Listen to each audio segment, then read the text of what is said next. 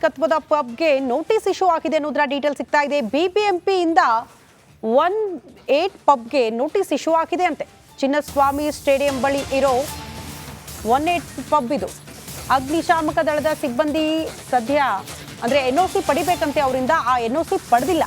Rules break ಆಗಿದೆ, ನಿಯಮ ಉಲ್ಲಂಘನೆ ಆಗಿದೆ ಅನ್ನೋ ಕಾರಣಕ್ಕೆ ಪಾಲಿಕೆ ಈಗ ನೋಟಿಸ್ ಕೊಟ್ಟಿದೆ ಅನ್ನೋದರ ಡೀಟೇಲ್ ಸಿಗ್ತಾ ಇದೆ. ಫೈರ್ ಸೇಫ್ಟಿ ಅಳವಡಿಸಿಲ್ಲ ಅಂತ ನೋಟಿಸ್ ಇಶ್ಯೂ ಆಗಿದೆ ಅಂತೆ. ಬಿಬಿಎಂಪಿಗೆ ದೂರು ನೀಡಿದ್ರು ಸಾಮಾಜಿಕ ಕಾರ್ಯಕರ್ತ. ಶಾಂತಿನಗರ ವಾರ್ಡ್ ಪಾಲಿಕೆ ಅಧಿಕಾರಿಗಳು ಬಂದು ಈಗ ನೋಟಿಸ್ ಕೊಟ್ಟಿದ್ದಾರೆ. ಈ ಹಿಂದೆ ನೀಡಿದ್ದ ನೋಟಿಸ್ಗೆ ಯಾವುದೇ ಉತ್ತರ ಕೊಟ್ಟಿಲ್ಲ, ನಿರ್ಲಕ್ಷ್ಯ ವಹಿಸಿದೆ ಅಂತೆ. ಹಾಗಾಗಿ 7 ದಿನದ ಒಳಗಡೆ ಈ ಬಾರಿ ಉತ್ತರ ಕೊಡಲೇಬೇಕು, ಇಲ್ಲಾಂದ್ರೆ ಕಾನೂನು ಕ್ರಮದ ಎಚ್ಚರಿಕೆಯನ್ನು ಕೂಡ ಪಾಲಿಕೆ ನೀಡಿದೆ. ಈ ಬಗ್ಗೆ ಮತ್ತಷ್ಟು ಡೀಟೇಲ್ಸ್ ಅನ್ನು ಕೊಡ್ತಾ ಹೋಗ್ತಾರೆ ನಮ್ಮ ಪ್ರತಿನಿಧಿ ಅಭಿಷೇಕ್ ದೂರವಾಣಿ ಸಂಪರ್ಕದಲ್ಲಿ. ಅಭಿಷೇಕ್, ಈಗ ನೋಟಿಸ್ ಕೊಟ್ಟಿರುವ ಹಿನ್ನೆಲೆ ಯಾವ ರೀತಿ ನಿಯಮಗಳು ಉಲ್ಲಂಘನೆ ಆಗಿದೆ ಪಬ್ ಇಂದ?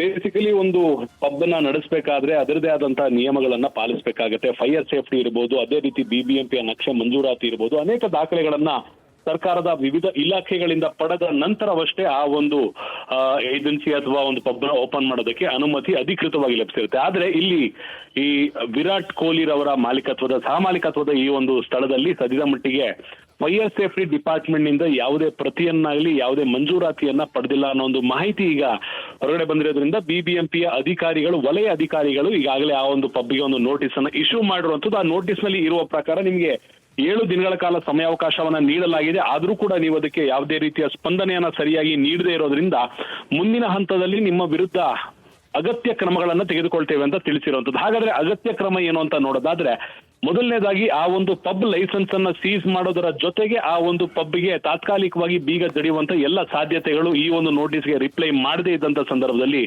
ಆಗುವಂತ ಸಾಧ್ಯತೆ ಇದೆ. ಕೆಲವೇ ತಿಂಗಳ ಹಿಂದಷ್ಟೇ ಒಂದು ಪಬ್ ನಲ್ಲಿ, ಮಾರತಹಳ್ಳಿ ರಸ್ತೆಯಲ್ಲಿರುವಂತಹ ಒಂದು ಪಬ್ ನಲ್ಲಿ ಅಗ್ನಿಶಾಮಕ ವ್ಯವಸ್ಥೆಯನ್ನ ಸರಿಯಾಗಿ ಮಾಡ್ಕೊಳ್ದೇ ಇರೋದ್ರಿಂದ ಆ ಒಂದು ಕಟ್ಟಡದಿಂದ 2 ಜಿಗಿದಿದ್ರು, ಅದರಲ್ಲಿ ಓರ್ವ ಮೃತಪಟ್ಟಿದ ಅನ್ನೋದು ನಾವು ನೋಡಿದೀವಿ. ಇದಾದ ನಂತರವಾದರೂ ಎಚ್ಚೆತ್ತುಕೊಳ್ಬೇಕಾಗಿರುವಂತಹ ಪಬ್ಗಳ ಪೈಕಿ ಈ ಒಂದು ಪಬ್ ಯಾಕೆ ಎಚ್ಚೆತ್ತುಕೊಂಡಿಲ್ಲ ಅನ್ನೋದು ಪ್ರಶ್ನೆ ಈಗ ಸದ್ಯ ಮಟ್ಟಿಗೆ ಕಾಡ್ತಿರುವಂತದ್ದು. ಸೊ ಬೇಸಿಕಲಿ ಇನ್ನ 1 ವಾರಗಳಷ್ಟು ಸಮಯಾವಕಾಶವನ್ನ ಬಿಬಿಎಂಪಿ ಅಧಿಕಾರಿಗಳು ನೀಡ್ತಾರೆ. ಅದಾದ ನಂತರ ಕೂಡ ಯಾವುದೇ ರೀತಿಯ ಸ್ಪಂದನೆ ಅಥವಾ ಪ್ರತ್ಯುತ್ತರ ನೀಡಲಾಗಿಲ್ಲ ಅಂದ ಸಂದರ್ಭದಲ್ಲಿ ಮಾತ್ರ ಆ ಒಂದು ಪಬ್ಗೆ ಬೀಗವನ್ನು ಜಡಿಯುವಂತ, ತಾತ್ಕಾಲಿಕವಾಗಿ ಬೀಗವನ್ನು ಜಡಿಯುವಂತ ಸಾಧ್ಯತೆ ಇರುವಂತದ್ದು. ಅದರ ಜೊತೆಗೆ ಒಂದಿಷ್ಟು ಪೆನಾಲ್ಟಿಯನ್ನ ಕೂಡ ಸರ್ಕಾರದ ಬೊಕ್ಸಕ್ಕೆ ಈ ಒಂದು ಪಬ್ ಭರಿಸಬೇಕಾಗತ್ತೆ ಅನ್ನೋದು ಸಾಧ್ಯತೆ ಈಗ ಇರುವಂತದ್ದು. ಶ್ರುತಿ. ಓಕೆ ಅಭಿಷೇಕ್, ಧನ್ಯವಾದಗಳು ತಮ್ಮೆಲ್ಲ ಮಾಹಿತಿಗೆ.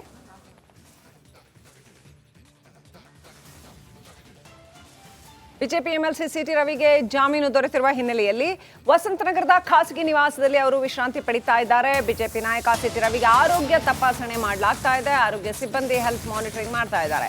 ತಲೆಗೆ ಪೆಟ್ಟಾಗಿದ್ದ ಹಿನ್ನೆಲೆ ಬ್ಯಾಂಡೇಜ್ ಚೇಂಜ್ ಮಾಡಿದ್ದಾರೆ ಇವತ್ತು ಸಿಬ್ಬಂದಿ ಬಂದು. ಎಂಎಲ್ಸಿ ಸಿಟಿ ರವಿ ನಿವಾಸದತ್ತ ಬೆಂಬಲಿಗರ ದಂಡೆ ಹರಿದು ಬರ್ತಾ ಇದೆ. ಬಿಜೆಪಿ ನಾಯಕನ ನಿವಾಸಕ್ಕೆ ಪೊಲೀಸ್ ಭದ್ರತೆಯನ್ನು ಒದಗಿಸಲಾಗಿದೆ. ಬೆಳಗ್ಗೆ 11:30ಕ್ಕೆ ಎಂಎಲ್ಸಿ ಸಿಟಿ ರವಿ ಸುದ್ದಿಗೋಷ್ಠಿ ನಡೆಸುತ್ತಾರೆ ಅಂತ ಹೇಳಲಾಗಿದೆ. ನಿನ್ನೆ ರಾತ್ರಿ ಓಡಾಡಿಸಿ ಆನಂತರ ಆ ಸಂದರ್ಭದಲ್ಲಿ ಅವ್ರಿಗೆ ತಲೆ ಕೂಡ ಏಟಾಗಿತ್ತು. ಎಷ್ಟು ದೊಡ್ಡ ಹೈ ಡ್ರಾಮಾ ನಡೀತು ಅನ್ನೋದನ್ನು ನೋಡಿದ್ವಿ. ಕೊನೆಗೂ ಕೋರ್ಟ್ ಸಿಟಿ ರವಿ ಅವರಿಗೆ ಜಾಮೀನು ನೀಡ್ತು. ಅಂತೂ ಇಂತೂ ಅವರೀಗ ಅವರ ವಸಂತನಗರದ ಮನೆಗೆ ಬಂದಿದ್ದಾರೆ, ವಿಶ್ರಾಂತಿ ತಗೋತಾ ಇದ್ದಾರೆ. ಜೊತೆಗೆ ಅಷ್ಟೇ ಅಲ್ಲ, ಅವರ ಆರೋಗ್ಯ ತಪಾಸಣೆ ಕೂಡ ಮಾಡ್ತಾ ಇದ್ದಾರೆ ಅಂತ ಹೇಳಲಾಗಿದೆ ಡಾಕ್ಟರ್ಸ್. ಸೊ ಸಿಟಿ ರವಿ 11:00ವರೆಗೆ ಸುದ್ದಿಗೋಷ್ಠಿ ನಡೆಸ್ತಾರೆ. ಏನು ಹೇಳ್ತಾರೆ ಬಿಜೆಪಿಯ ಪ್ರಬಲ ಮುಖಂಡ ಸಿಟಿ ರವಿ, ಹಿಂದುತ್ವ ಹೋರಾಟಗಾರ ಸಿಟಿ ರವಿ ಇವತ್ತು ಏನು ಹೇಳ್ತಾರೆ? ಹಾಗಾದರೆ 11:00ವರೆಗೆ ಸುದ್ದಿಗೋಷ್ಠಿನಲ್ಲಿ ಏನು ಹೇಳ್ತಾರೆ ಅನ್ನೋ ಕುತೂಹಲ ಹಾಗೆ ಇದೆ. ಮತ್ತೊಂದು ಕಡೆ ಬಿಜೆಪಿ ಸಿಟಿ ರವಿ ವಿರುದ್ಧದ ಈ ಒಂದು ದೌರ್ಜನ್ಯ ಏನಿದೆ, ಇದರ ವಿರುದ್ಧ ದೊಡ್ಡ ಪ್ರಮಾಣದ ಹೋರಾಟವನ್ನು ಹಳ್ಳಿಗಳಲ್ಲೂ ಕೂಡ ಹಮ್ಮಿಕೊಳ್ಳುವಂಥ ಪ್ಲಾನ್ ಮಾಡ್ತಾ ಇದೆ. ಮಾಲೀಕತ್ವದ ಪಬ್ಗೆ ನೋಟಿಸ್ ಇಶ್ಯೂ ಆಗಿದೆ ಅನ್ನೋದರ ಡೀಟೇಲ್ ಸಿಗ್ತಾ ಇದೆ. ಬಿಬಿಎಂಪಿಯಿಂದ 18 ಪಬ್ಗೆ ನೋಟಿಸ್ ಇಶ್ಯೂ ಆಗಿದೆ ಅಂತೆ.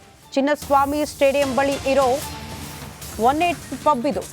ಅಗ್ನಿಶಾಮಕ ದಳದ ಸಿಬ್ಬಂದಿ ಸದ್ಯ ಅಂದ್ರೆ ಎನ್ಒಸಿ ಪಡಿಬೇಕಂತೆ ಅವರಿಂದ. ಆ ಎನ್ಒಸಿ ಪಡೆದಿಲ್ಲ.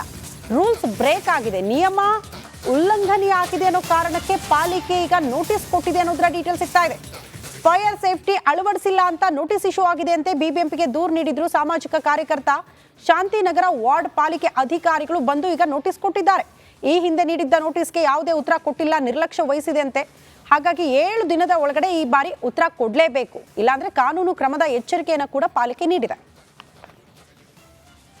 ಈ ಬಗ್ಗೆ ಮತ್ತಷ್ಟು ಡೀಟೇಲ್ಸ್ ಅನ್ನ ಕೊಡ್ತಾ ಹೋಗ್ತಾರೆ ನಮ್ಮ ಪ್ರತಿನಿಧಿ ಅಭಿಷೇಕ್ ದೂರವಾಣಿ ಸಂಪರ್ಕದಲ್ಲಿ. ಅಭಿಷೇಕ್, ಈಗ ನೋಟಿಸ್ ಕೊಟ್ಟಿರುವ ಹಿನ್ನೆಲೆ ಯಾವ ರೀತಿ ನಿಯಮಗಳು ಉಲ್ಲಂಘನೆ ಆಗಿದೆ ಪಬ್ ಇಂದ? ಇದು ಬೇಸಿಕಲಿ ಒಂದು ಪಬ್ ನ ನಡೆಸಬೇಕಾದ್ರೆ ಅದರದೇ ಆದಂತಹ ನಿಯಮಗಳನ್ನ ಪಾಲಿಸಬೇಕಾಗತ್ತೆ. ಫೈರ್ ಸೇಫ್ಟಿ ಇರಬಹುದು, ಅದೇ ರೀತಿ ಬಿಬಿಎಂಪಿಯ ನಕ್ಷೆ ಮಂಜೂರಾತಿ ಇರಬಹುದು, ಅನೇಕ ದಾಖಲೆಗಳನ್ನ ಸರ್ಕಾರದ ವಿವಿಧ ಇಲಾಖೆಗಳಿಂದ ಪಡೆದ ನಂತರವಷ್ಟೇ ಆ ಒಂದು ಏಜೆನ್ಸಿ ಅಥವಾ ಒಂದು ಪಬ್ ನ ಓಪನ್ ಮಾಡೋದಕ್ಕೆ ಅನುಮತಿ ಅಧಿಕೃತವಾಗಿ ಲಭಿಸಿರುತ್ತೆ. ಆದ್ರೆ ಇಲ್ಲಿ ಈ ವಿರಾಟ್ ಕೊಹ್ಲಿ ರವರ ಸಹಮಾಲಿಕತ್ವದ ಈ ಒಂದು ಸ್ಥಳದಲ್ಲಿ ಸದ್ಯದ ಮಟ್ಟಿಗೆ ಫೈರ್ ಸೇಫ್ಟಿ ಡಿಪಾರ್ಟ್ಮೆಂಟ್ ನಿಂದ ಯಾವುದೇ ಪ್ರತಿಯನ್ನಾಗಲಿ ಯಾವುದೇ ಮಂಜೂರಾತಿಯನ್ನ ಪಡೆದಿಲ್ಲ ಅನ್ನೋ ಒಂದು ಮಾಹಿತಿ ಈಗ ಹೊರಗಡೆ ಬಂದಿರೋದ್ರಿಂದ ಬಿಬಿಎಂಪಿಯ ಅಧಿಕಾರಿಗಳು, ವಲಯ ಅಧಿಕಾರಿಗಳು ಈಗಾಗಲೇ ಆ ಒಂದು ಪಬ್ಗೆ ಒಂದು ನೋಟಿಸ್ ಅನ್ನ ಇಶ್ಯೂ ಮಾಡಿರುವಂತದ್ದು. ಆ ನೋಟಿಸ್ ನಲ್ಲಿ ಇರುವ ಪ್ರಕಾರ ನಿಮಗೆ 7 ದಿನಗಳ ಕಾಲ ಸಮಯಾವಕಾಶವನ್ನ ನೀಡಲಾಗಿದೆ. ಆದ್ರೂ ಕೂಡ ನೀವು ಅದಕ್ಕೆ ಯಾವುದೇ ರೀತಿಯ ಸ್ಪಂದನೆಯನ್ನ ಸರಿಯಾಗಿ ನೀಡದೇ ಇರೋದ್ರಿಂದ ಮುಂದಿನ ಹಂತದಲ್ಲಿ ನಿಮ್ಮ ವಿರುದ್ಧ ಅಗತ್ಯ ಕ್ರಮಗಳನ್ನ ತೆಗೆದುಕೊಳ್ತೇವೆ ಅಂತ ತಿಳಿಸಿರುವಂತದ್ದು. ಹಾಗಾದ್ರೆ ಅಗತ್ಯ ಕ್ರಮ ಏನು ಅಂತ ನೋಡೋದಾದ್ರೆ, ಮೊದಲನೇದಾಗಿ ಆ ಒಂದು ಪಬ್ ಲೈಸೆನ್ಸ್ ಅನ್ನ ಸೀಸ್ ಮಾಡೋದರ ಜೊತೆಗೆ ಆ ಒಂದು ಪಬ್ಗೆ ತಾತ್ಕಾಲಿಕವಾಗಿ ಬೀಗ ಜಡಿಯುವಂತ ಎಲ್ಲ ಸಾಧ್ಯತೆಗಳು ಈ ಒಂದು ನೋಟಿಸ್ಗೆ ರಿಪ್ಲೈ ಮಾಡದೇ ಇದ್ದಂತ ಸಂದರ್ಭದಲ್ಲಿ ಆಗುವಂತ ಸಾಧ್ಯತೆ ಇದೆ. ಕೆಲವೇ ತಿಂಗಳ ಹಿಂದಷ್ಟೇ ಒಂದು ಪಬ್ ನಲ್ಲಿ, ಮಾರತಹಳ್ಳಿ ರಸ್ತೆಯಲ್ಲಿರುವಂತಹ ಒಂದು ಪಬ್ ನಲ್ಲಿ ಅಗ್ನಿಶಾಮಕ ವ್ಯವಸ್ಥೆಯನ್ನ ಸರಿಯಾಗಿ ಮಾಡ್ಕೊಳ್ದೇ ಇರೋದ್ರಿಂದ ಆ ಒಂದು ಕಟ್ಟಡದಿಂದ ಇಬ್ರು ಜಿಗಿದಿದ್ರು, ಅದರಲ್ಲಿ ಓರ್ವ ಮೃತಪಟ್ಟಿದ ಅನ್ನೋದು ನಾವು ನೋಡಿದೀವಿ. ಇದಾದ ನಂತರವಾದರೂ ಎಚ್ಚೆತ್ತುಕೊಳ್ಬೇಕಾಗಿರುವಂತಹ ಪಬ್ಗಳ ಪೈಕಿ ಈ ಒಂದು ಪಬ್ ಯಾಕೆ ಎಚ್ಚೆತ್ತುಕೊಂಡಿಲ್ಲ ಅನ್ನೋದು ಪ್ರಶ್ನೆ ಈಗ ಸದ್ಯ ಮಟ್ಟಿಗೆ ಕಾಡ್ತಿರುವಂತದ್ದು. ಸೊ ಬೇಸಿಕಲಿ ಇನ್ನ 1 ವಾರಗಳಷ್ಟು ಸಮಯಾವಕಾಶವನ್ನ ಬಿಬಿಎಂಪಿ ಅಧಿಕಾರಿಗಳು ನೀಡ್ತಾರೆ. ಅದಾದ ನಂತರ ಕೂಡ ಯಾವುದೇ ರೀತಿಯ ಸ್ಪಂದನೆ ಅಥವಾ ಒಂದು ಪ್ರತ್ಯುತ್ತರ ನೀಡಲಾಗಿಲ್ಲ ಅಂದ ಸಂದರ್ಭದಲ್ಲಿ ಮಾತ್ರ ಆ ಒಂದು ಪಬ್ಗೆ ಬೀಗವನ್ನು ಜಡಿಯುವಂತ, ತಾತ್ಕಾಲಿಕವಾಗಿ ಬೀಗವನ್ನು ಜಡಿಯುವಂತ ಸಾಧ್ಯತೆ ಇರುವಂತದ್ದು. ಅದರ ಜೊತೆಗೆ ಒಂದಿಷ್ಟು ಪೆನಾಲ್ಟಿಯನ್ನ ಕೂಡ ಸರ್ಕಾರದ ಬೊಕ್ಸಕ್ಕೆ ಈ ಒಂದು ಪಬ್ ಭರಿಸಬೇಕಾಗತ್ತೆ ಅನ್ನೋದು ಸಾಧ್ಯತೆ ಈಗ ಇರುವಂತದ್ದು. ಶ್ರುತಿ. ಓಕೆ ಅಭಿಷೇಕ್, ಧನ್ಯವಾದಗಳು ತಮ್ಮೆಲ್ಲ ಮಾಹಿತಿಗೆ.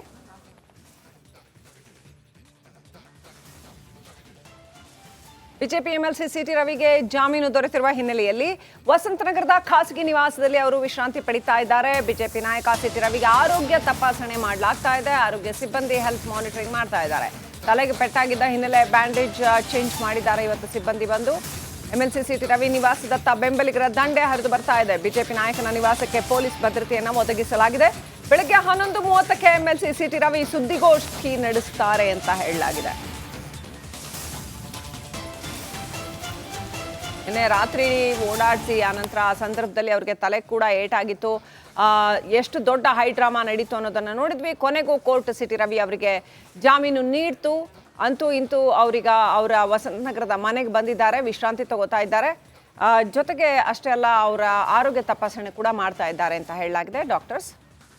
ಸೊ ಸಿಟಿ ರವಿ 11:00ವರೆಗೆ ಸುದ್ದಿಗೋಷ್ಠಿ ನಡೆಸ್ತಾರೆ. ಏನು ಹೇಳ್ತಾರೆ ಬಿಜೆಪಿಯ ಪ್ರಬಲ ಮುಖಂಡ ಸಿಟಿ ರವಿ, ಹಿಂದುತ್ವ ಹೋರಾಟಗಾರ ಸಿಟಿ ರವಿ ಇವತ್ತು ಏನು ಹೇಳ್ತಾರೆ? ಹಾಗಾದ್ರೆ 11:00ವರೆಗೆ ಸುದ್ದಿಗೋಷ್ಠಿನಲ್ಲಿ ಏನು ಹೇಳ್ತಾರೆ ಅನ್ನೋ ಕುತೂಹಲ ಹಾಗೆ ಇದೆ. ಮತ್ತೊಂದು ಕಡೆ ಬಿಜೆಪಿ ಸಿಟಿ ರವಿ ವಿರುದ್ಧದ